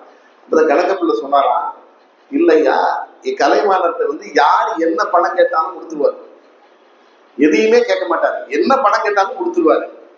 அப்படியா? ஆமையா, சரி நீங்க ஆபீஸ்ல இருக்குன்னு சொல்லிட்டு இன்கம் டேக்ஸ் ஆபீசர் தாமோதராவ் நேரா அசோகா பிக்சர்ஸ் ஆபீஸுக்கு போயிருக்காரு. கோயம்புத்தூர்ல நேரா போய் இறங்கி போயிருக்காரு. என்.எஸ். கிருஷ்ணன் போய் பாக்குறாரு. உள்ள இருக்க உள்ள போனா, ஐயா வாங்க, யாரு நீங்க? ஐயா நாங்க கோயம்புத்தூர்ல இருக்கிறேன். சொல்லுங்க என்ன? இது பொண்ணுக்கு கல்யாணம் வச்சிருந்தேன் ஐயா, ஒரு 1000 ரூபாயால இப்ப கல்யாணம் நின்று போற மாதிரி வந்துருச்சு, அதனால நீங்க ஏதாவது உதவி பண்ணீங்கன்னா கல்யாணம் நடந்துடும். 1000 ரூபான்னு ஒரு கல்யாணம் நிக்குதா? ஐயோ கூடாது, உட்காருங்க, முதல்ல காஃபி தான் சாப்பிட்டீங்களா? இப்ப அவரு காஃபி கொடுத்து கூட உட்காருங்க, என் கணக்கு பிள்ளை இன்கம் டேக்ஸ் ஆபீஸ் வரைக்கும் போயிருக்காரு, வந்த உடனே கொடுக்குற 1000 ரூபாய் தர சொல்றேன். எதுல வந்தீங்க? ஐயா நான் நடந்தா வந்தேன். இருங்க, என் கார்லயே கொண்டு உங்க வீட்டுல விட சொல்றேன், உட்காருங்க சொன்னாராம். உடனடியாக அவர் எடுத்து அப்படியே அவரை வணங்கி, ஐயா நான் சும்மா சொல்லிட்டேன் ஐயா, நீங்கள் சொன்னீங்களா, நான் தான் அந்த இன்கம் டேக்ஸ் ஆபீசர், ஏன் ஆபீஸ் தான் அவர் கணக்கு உட்கார்ந்து இருக்காரு. அவர் சொன்னாரு, நீங்க யாரு பணம் கேட்டாலும் கொடுப்பீங்க, நான் நம்பல, நேர்லயே பரிசோதிக்கலாம்னு வந்தேன். உண்மையில இனி என்ன கணக்கு வந்தாலும் அசோகா பிக்சர்ஸ் ஆபீஸில் நான் அப்படியே ஏற்றுக்கொள்கிறேன். ஒரே ஒரு வேண்டுகோள், நீங்கள் யாரிடம் பணம் கொடுத்தாலும் ஒரு வவுச்சர் மட்டும் வாங்கிருங்க, ஒரு வவுச்சர் மட்டும் வாங்கி அதோட இன்வெஸ்ட் பண்ணிருங்க போதும் என்று சொன்னாங்க.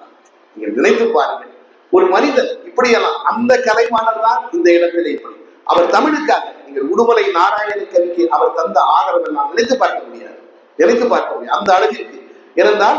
சினிமாவில் நம் சினிமாவில் திரை வளர்த்த தமிழ் என்று நிறைய செய்திகள். அதாவது கவிப்பேரசு வைரமுத்துடைய ஒரு கவிதை எழுதியிருப்பார், தன் ஊரை பற்றி எழுதியிருப்பார். தன்னை வளர்த்து விட்ட மண்ணை விழுதுகளை அனுப்பி விசாரிக்கும் ஆலமரங்கள்.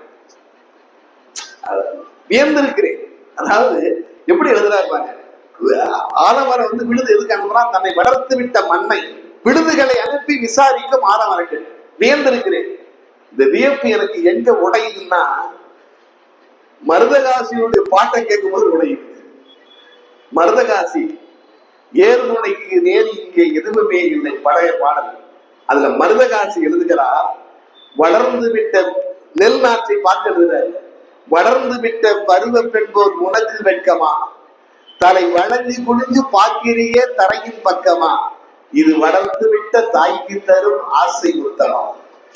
தன்னை வளர்த்து விட்ட மண்ணை விடுதுகளை அனுப்பி விசாரிக்கும் ஆலமரங்கள், இது வளர்த்து விட்ட தாய்க்கு தரும் ஆசை முத்தமா.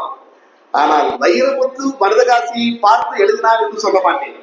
வைரமுத்துவிற்கு 80களில் வரக்கூடிய கற்பனை மருதகாசிக்கு 50களிலேயே வந்தது. அதுதான் நீங்கள் ஒவ்வொரு கவி நினைத்து பார்த்தால். சுரதா, நான் முதலே சொன்னேன், சுரதா ஒரு அற்புதமான கவி. தமிழை வாழ வைத்தவர்கள், தமிழுக்கும் அமுதன் பேர் என்று நினைப்பதற்கு காரணம் இவருடைய கவிதைகள்.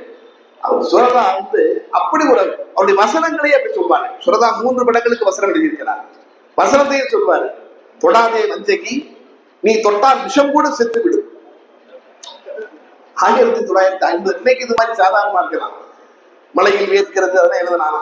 50 எழுதுறது, தொடாதே வஞ்சகி நீ தொட்டால் விஷம் கூட செத்து விடும். கப்பல் அலைகளை கிழித்து செல்லலாம், அவற்றை அழித்து செல்ல முடியாது.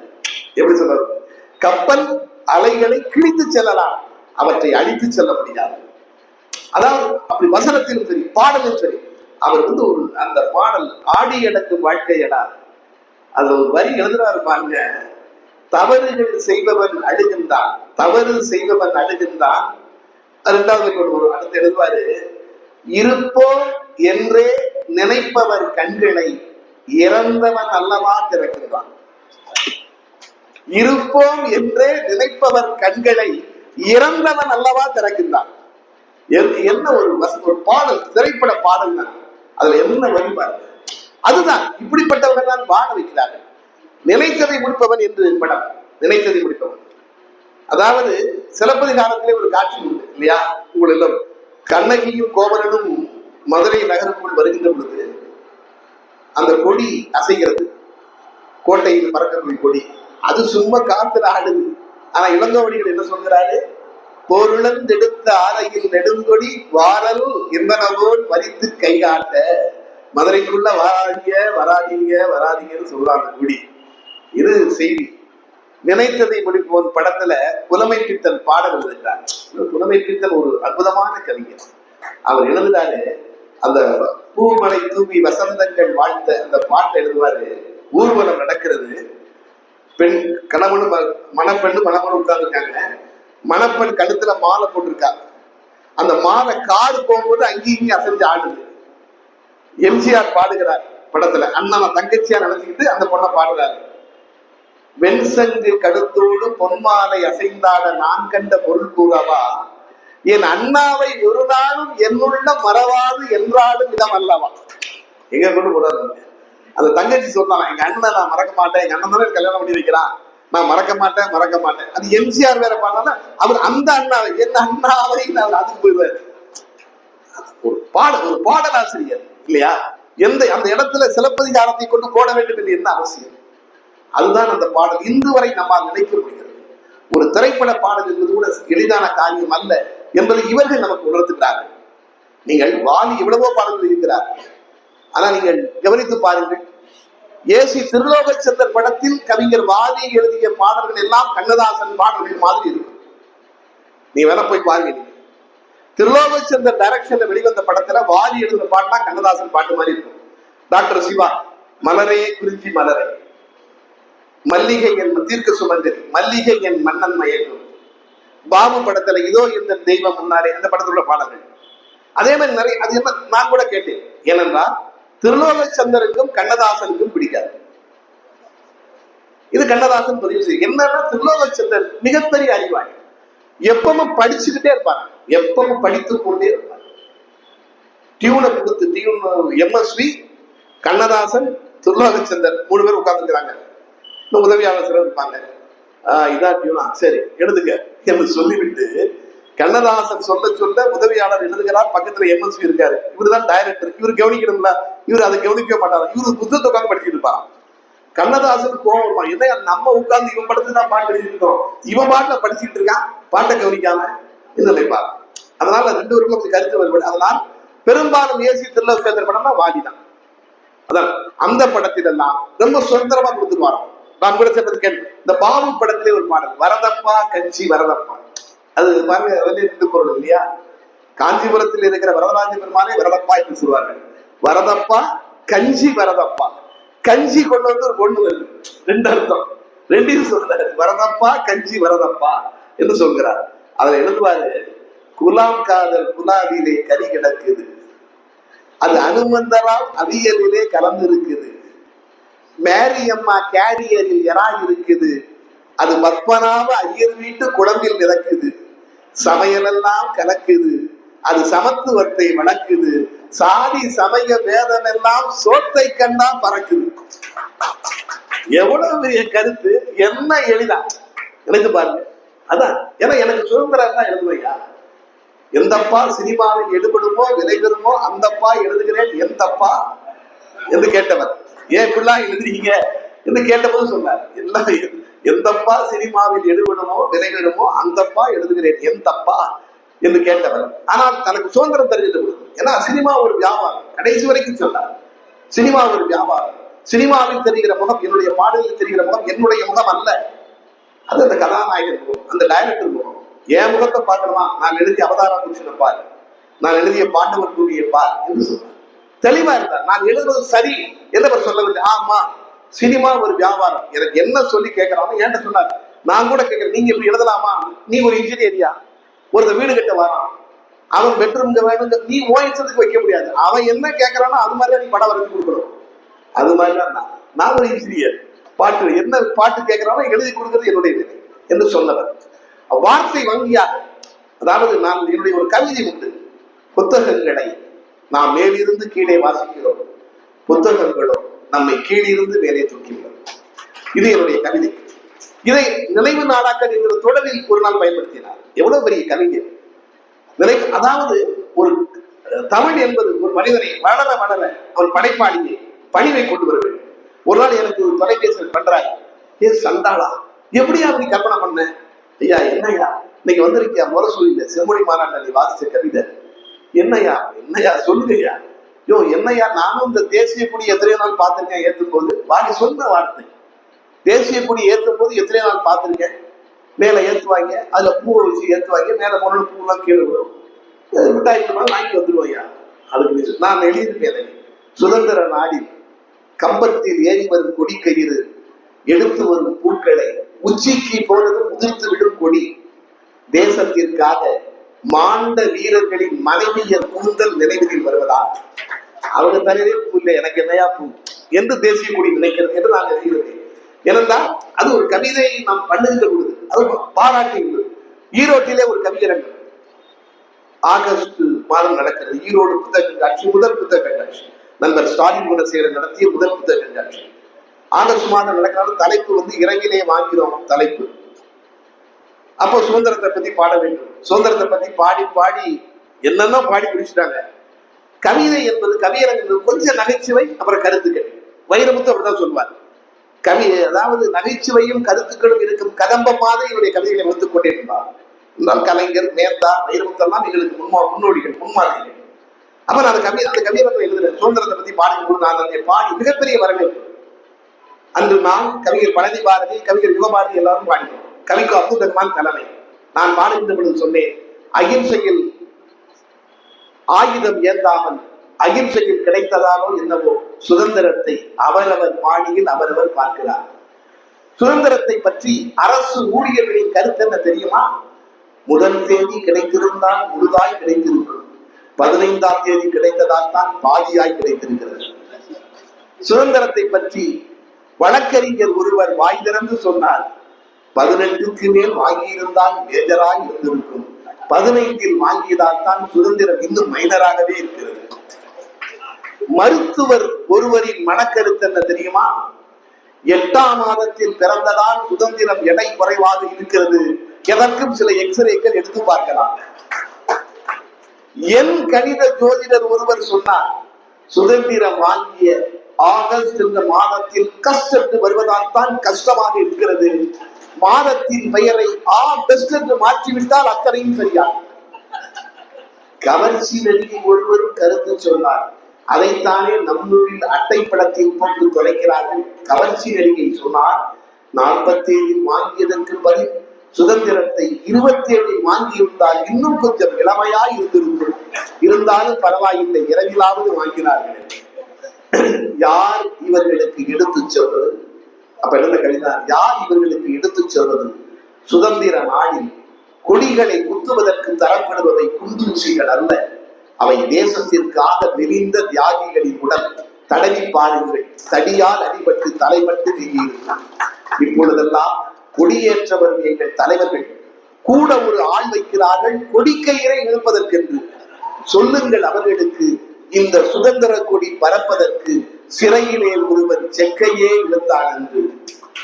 சுதந்திர நாளில் கம்பத்தில் ஏறி வரும் கொடிக்கையில் எடுத்து வரும் பூக்களை உச்சிக்கு போனது உதிர்த்து விடும் கொடி.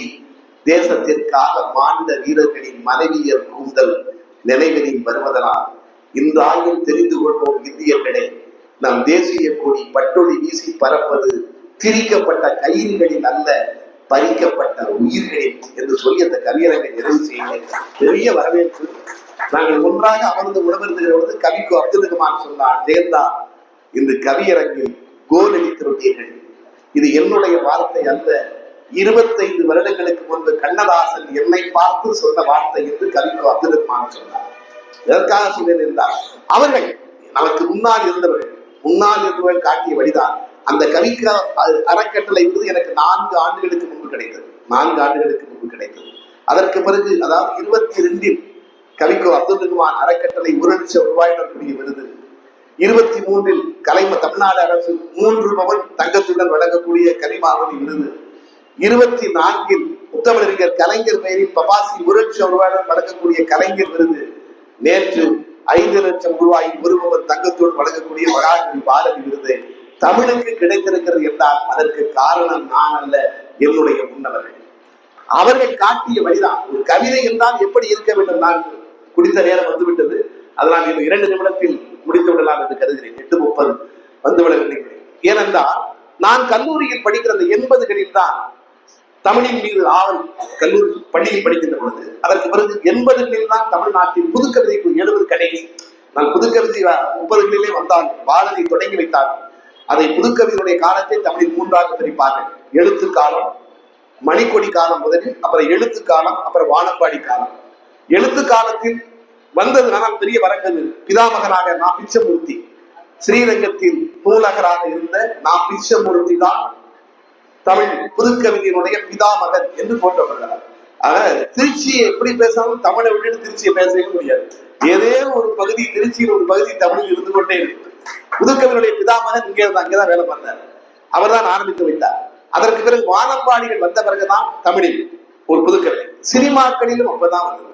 1975இல் எம்ஜிஆர் படம் நீதிக்கு தலைவன், அந்த படத்தில் காமராசன் எழுதிய கனவுகளே 1000 கனவுகளே, அந்த பாடம் தான் தமிழ் சினிமாவினுடைய மொழியை மாற்றிய பாடம். அதற்கு பிறகு புதுக்கவிதை வைரமுத்து, உன் வெள்ளிக்கொரு சரி நீதிகள் கேட்டால் அத்தனை ஜன்னலும் திறக்கும், நீ சிரிக்கும் போது பௌர்ணமி நிலவும் அத்தனை திசையிலும் உதிக்கும், நீ மல்லிகை பூவை சூடிக்கொண்டால் ரோஜாவுக்கு காய்ச்சல் வரும், நீ பட்டுப்புடவை கட்டி கொண்டால் பட்டு பூச்சிகள் மோட்சம் வரும். சினிமா பாடம். அதில் புதுக்கவிதை வருகிறது. 80களிலே இலக்கியத்தில் அது மிகப்பெரிய இடத்திற்கு கொண்டு போனவர். என் போன்ற பலரை புதுக்கவிஞர்களாக மாற்றிய பெருமை கவிவேந்தர் மேத்தா அவர்களுக்கு உண்டு. மேத்தாவுடைய கவிதைகள், அதில் காதல் கவிதை, அதை இப்படியெல்லாம் பாட முடியுமா? ஒரு மேத்தா பாடுவார், பெண்ணை விரும்புறாரு. அந்த பெண்ணு வந்து பேச மாட்டேங்குது. காலேஜ்ல படிக்கும்போது ஒரு பெண்ணை விரும்புறாரு, பேச மாட்டேங்குது. அது சொல்லணும். அப்போ இது எப்படி சொல்வது என்று நேதாக்களுக்கு சொல்லி தருகிறார். அவர் எழுதுறாரு, ஒரு மூங்கில் காட்டையே அழித்து ஒரே ஒரு புல்லாங்குழல் செய்தி. உழவு பிள்ளைங்க இருந்தபோது ஒரு பிள்ளை விரும்பினார். ஒரு மூங்கில் காட்டையே அழித்து ஒரே ஒரு புல்லாங்குழல் செய்தி. ஊதும் போதுதான் தெரிந்தது அது ஊமை என்று உண்மை போலவே. அது மறுபடியும் பேசல. அது எழுதுகிறார் பாருங்கள், பேசு பேசு, மௌனம் என்னதான் மொழிகளிலேயே சிறந்த மொழி என்றாலும் இன்னொரு மொழியை தெரிந்து வைத்துக் கொள்வதில் என்னடி குற்றம், பேசு. அந்த சரியை கடைசி வரைக்கும் பேசல. பயங்கர கோபம் வருது. அது முதல்ல எழுதுவார், அது ரொம்ப முரடு எழுதுவாரு. என் இதய தோட்டத்தில் எத்தனையோ ரோஜாக்களை பயிரிட்டேன், அறுவடை செய்ய உன்னை அழைத்து நீ அறிவாளோடு வந்த பிறகுதான் என் தவறு எனக்கு புரிந்தது. ரோஜா பூவை பறிக்கலாம், அந்த அறுவாடத்துக்கு போயிருக்கு சொல்லுகிறார். ஒரு கவிஞன் எப்படி எழுத வேண்டும் எனக்கு சொல்லி தருகிறார். அது கடைசி எழுதுவாரு, ஒரு ஜோடி சிறகுகள் வேண்டும் என்று கேட்டேன், இணைந்து உன்னோடு பறப்பதற்கு அல்ல, தொலை தூரம் போய் உன்னை மறப்பதற்கு. ஆக இதுதான் அப்துல் ரஹ்மான் எழுதுவார். பெண்ணே, என்னை கண்டதும் கவிடும் உன் இமைகள் கொசுவலையா மீன்வலையா? நீ என்னை விரும்புறையா இல்லையா? கொசுவலை என்றால் வெளியே இருக்கிற கொசுவை உள்ள விடாது, மீன்வலை என்றால் உள்ளே இருக்கிற மீனை வெளியே விடாது. நான் உனக்கு உள்ள இருக்கிறானா வெளியே இருக்கிறானா? ஏன் கண்ண மூடுற? என் நண்பர் பழனி பாரதி எழுதினார், என் காதல் தண்டவாளத்தில் தலை சாய்த்திருக்கும் ஒற்றைப்பு. என் காதல் தண்டவாளத்தில் தலை சாய்த்திருக்கும் ஒற்றைப்பு. சொல், நடந்து வருகிறாயா, ரயிலில் வருகிறாயா? இதுதான் எனக்கு ஒரு அமுதமாக தெரிகிறது. நான் என்னுடைய கல்லூரி காலத்தில் எழுதினேன், பெண்ணே சந்தேகம் இல்லை, நீ ரசமானவள். ஒரு சந்தேகம், பழரசமா பாதரசமா? இதைத்தான் என் நண்பன் கபிலன் சினிமாவில் எழுதினான், உன் சமையல் அறையில் நான் உப்பா. 40 வருஷமா இதான் நடந்திருக்கு. அதாவது இதுதான் உருவாக்குகிறது படைப்பாளிகளை. இன்றைக்கு கல்லூரியில் எனக்கு இலக்கிய பாசனை தந்து தமிழ்நாட்டு இலக்கிய மாணவர்களுக்கு 38 மாவட்டத்திற்கும் என்னை பொறுப்பாளர் எடுத்து ஒவ்வொரு மாவட்டத்துக்கு ஒரு கல்லூரி தேர்ந்தெடுத்து 100 மாணவர்கள் உட்கார வைத்து நாங்கள் நடத்துகிறோம். அவ்வளவு வேகிறார்கள் இளைஞர் இப்படியெல்லாம் தமிழில் இருக்கிறதா என்று. சரியாக சொல்லிக் கொடுத்தால் நிச்சயமாக நாம் கொண்டு வர முடியும் என்று என்ற ஒரு கருத்தே அப்படி ரசிக்கிறார்கள். அதாவது அது சொல்ற விதத்தில் நீங்கள் அந்த கவிதை நாம் எப்படி கவிதை சொல்லுகிறோம் அதுதானே. தாஜ்மஹாலை பற்றி வைரமுத்து எழுதினார், வா காதலி, நாம் கட்டப்போகும் காதல் மாளிகைக்கு இந்த பழிந்து தாஜ்மஹால் ஒரு படிக்கலாகவா என்று பரிசீலிக்கலாம். தாஜ்மஹாலே படிக்கலாக கட்டலாம், வசதியாக குற்றுவோம். அதே தாஜ்மஹாலை ஒரு ஏழை கவிஞன் பார்க்கிறான். அவன் எப்படி பார்க்கிறான்? காதலி சந்தித்துக் கொள்ள வேண்டாம், ஒரு பணக்கார மன்னர் காதலை இங்கே ஏழாமப்படுத்தி இருக்கிறான். நம்ம எங்க போய் தாஜ்மஹால் கிட்டது? அதே தாஜ்மஹால் பொன் செல்வ கணபதி பார்க்கிறார். போன ஆண்டு பாரதிதாசன் கொடுத்திருக்க கோபட் அவருக்கு. அவரு பார்க்கிறார், பாருங்க, அன்பே இன்னொரு தாஜ்மஹால் கட்ட நான் தயார், நீ எப்போதும் சாக தயார். ஒரே தாஜ்மஹால் தான். அப்ப பார்வை எப்படி எல்லாம் மாறுபடுகிறது இல்லையா? அதுதான் என் அம்மா கவிதையை பற்றி சொன்னார். நிறைய காதல் கவிதைகள் எல்லாம் ஒரு பக்கம். தாயை பற்றி கவிதை எழுத வேண்டும், நான் சொல்லி முடித்து விடுகிறேன். இதோடு அம்மாவை பற்றி எழுத வேண்டும். ஏனென்றால் என் தாய் தான் எனக்கு தமிழை கொடுத்தார். அப்பதான் சின்ன வயதிலே புத்தகங்களை படிக்க வேண்டும் நாளைக்கு என் தாய் தான் எனக்கு கொண்டினார். 86 வயது என் தாய் என்னோடு வாழ்ந்து கொண்டிருக்கிறார். இப்ப நான் போய் நாளைக்கு போறோம்னா, நேற்று நீ திருச்சியில என்ன பேசுன அப்படின்னு கேட்டு அடுத்தவன் மனைவி கேட்கிறானா, மகன் கேட்கிறானா, மகள் கேட்கிறானா? இல்ல, என் அம்மா முதல்ல கேட்கறது, நீ நேற்று என்ன பேசுன. அவளிடமிருந்து தான் எனக்கு தமிழ் கிடைத்தது. தாய்க்கு ஒரு புத்தகம் செய்ய நேரமே கிடைக்கல.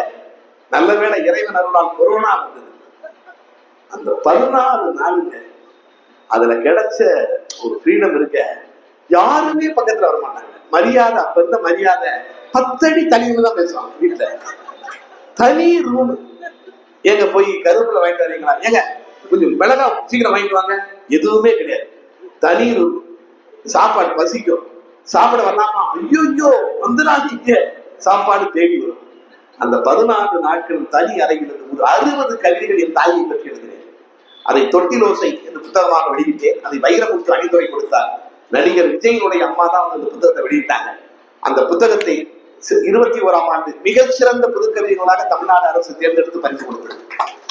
என்றால் அது எனக்காக அல்ல, அம்மாவை பற்றி சொல்லி இருக்கிறோம். நான் எப்படி சொல்வது? இப்ப நம்ம சாப்பிட போறோம், இப்ப கொஞ்சம் எனக்கு எல்லாரும் இப்ப சாப்பிட போறோம். எல்லோரும் கொடுக்கிற சாப்பாட்டுக்கும் அம்மா கொடுக்கிற சாப்பாட்டுக்கும் வித்தியாசம் இருக்கிறது. நான் யோசிக்கிறேன், அம்மா எல்லோரும் எனக்கு என் வயிற்றில் உணவிடுகிறார்கள், நீதான் எனக்கும் உன் வயிற்றில் உணவிட்டவள், நீதான் எனக்கும் உன் வயிற்றில் உணவிட்டவள். அம்மா, பிறந்ததும் என் பிஞ்சு பாதங்களை முத்தமிட்டாயே, பிறந்ததும் என் பிஞ்சு பாதங்களை முத்தமிட்டாயே, அப்போதுதான் நீங்கியது கர்ப்பத்தில் உன்னை விதைத்த என் கால்களின் பாவம், கர்ப்பத்தில் உன்னை விதைத்த என் கால்களின் பாவம். அம்மா, நீ இன்றி நான் இல்லை, இது காதல் சொல்லும் பொய், நீ இன்றி நான் இல்லை, இது காதல் சொல்லும் பொய். அம்மா, நீ இன்றி நான் இல்லை, இது கடவுள் சொன்ன நெய், இது கடவுள் சொன்ன நெய். பஞ்சபூதமாய் பார்க்கலாம் தாயே.